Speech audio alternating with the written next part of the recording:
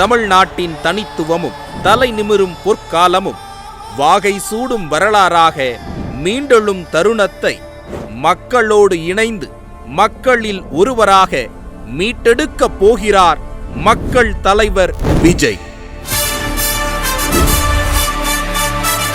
இந்த மகத்தான பயணத்தின் மாபெரும் வரலாற்று கடமையை ஏற்றிருக்கிறது தமிழ்நாட்டின் வெகுஜன மக்கள் இயக்கமான தமிழக வெற்றிக் கழகம். நம் கழகம் தோன்றிய ஓராண்டில் அனைத்து மக்களின் மனங்களிலும் பேராதரவை நிலைநிறுத்த 2ஆம் ஆண்டை பேராளுமையை பறைசாற்றும் மக்கள் களங்களில் நிலைநாட்டினோம். கழகத்தின் கட்டமைப்பு பாதை 2ஆம் ஆண்டு தொடக்க விழாவில் முழங்க கொள்கை பயணத்திற்கு மீண்டும் ஒரு அச்சாரமிட்டது முதல் பொதுக்குழு கூட்டம். மக்கள் போராட்டங்களுக்கு துணை நின்று செயற்குழுவில் நம் குரல் ஒலிக்க அதுவே நடைமுறையில் நம் கட்சியின் அடையாளமாக மாறியது. காவல் மரணங்களுக்கு நியாயம் கேட்டது முதல் அரசு ஊழியர்கள் தூய்மை பணியாளர்கள் உரிமைக்கு துணை நின்றது என மக்களின் வாக்குரிமைக்கு நீதி கேட்டது வரை உரிமைக்கான களத்தில் எப்போதும் நம் கழகம் நிற்கிறது.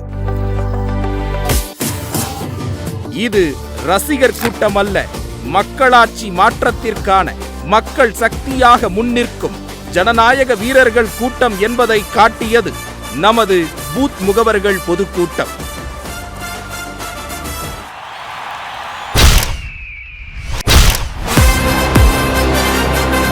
சங்கம் கண்ட மதுரை மண்ணில் மீண்டும் ஒரு சரித்திரம் கண்டது நமது 2ஆம் மாநில மாநாடு. அன்று தமிழ் மகனாக ஒலித்த தலைவர் அடுத்தடுத்த மாவட்ட மக்கள் சந்திப்புகள் மூலம் தமிழ் மக்களின் வீட்டு புதல்வனாக போற்றப்பட்டார். பூத் செயலாளர்கள் முதல் மாநில நிர்வாகிகள் வரை தேர்ந்த கட்டமைப்பாலும் ஜனநாயக முறையினாலும் 3 லட்சம் நிர்வாகிகள் கொண்ட மக்கள் இயக்கம் தமிழக வெற்றிக் கழகம். தலைமைக்கு நாங்கள் தொண்டர்கள் அல்ல, எம் தலைவருக்கு நாங்கள் தோழர்கள் என்ற சமத்துவ மெளிரும் நம் கழகம் மலரவிருக்கும் மக்களாட்சியின் மூலம் ஆதிக்க நிலையினை மாற்றி அமைக்கும். இன்று பறக்கும் நமது விசில் சத்தம் நாளை ஒலிக்கும் நல்லாட்சிக்கான கொண்டாட்டமாக மாறும். மக்கள் விரும்பும் முதல்வரான நம் தலைவர் மக்களாட்சி நாயகராக நம் உரிமை வெல்வார். உங்களோட நான் இருக்கேன், நம்மளோட நம்ம மக்கள் இருக்கிறாங்க. இதுக்கு மேல என்ன வேணும்? கான்பிடண்டா இருங்க, நல்லதே நடக்கும், வெற்றி நிச்சயம்.